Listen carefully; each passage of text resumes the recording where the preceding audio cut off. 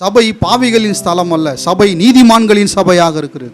கர்த்தர் நீதிமான்களின் சபையிலே வாசம் பண்ணுகிறார். பெயர் அளவில் மட்டும் நாம் நீதிமான்களாக்கப்படவில்லை. பழைய இருதயத்தை தேவன் களைந்து போட்டு நமக்கு ஒரு புதிய இருதயத்தை தேவன் தந்திருக்கிறார். அந்த இருதயம் நீதியுள்ள இருதயமாக இருக்கிறது.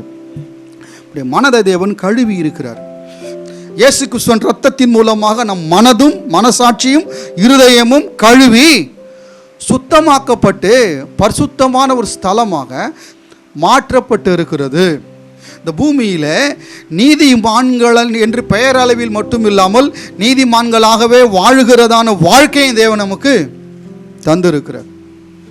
வெளிப்படுத்தல் புஸ்தகம் 22ஆம் அதிகாரத்துக்கு நாம் வரும்போது, அநியாயம் செய்கிறவன் இன்னும் அநியாயம் செய்யட்டும், அசுத்தமாக இருக்கிறவன் இன்னும் அசுத்தமாக இருக்கட்டும், நீதி உள்ளவன் இன்னும் நீதி செய்யட்டும், பரிசுத்தம் உள்ளவன் இன்னும் பரிசுத்தமாகட்டும். நீதி உள்ளவன் இன்னும் நீதி செய்யட்டும். நீதி உள்ளவன் தான் நீதி செய்ய முடியும்.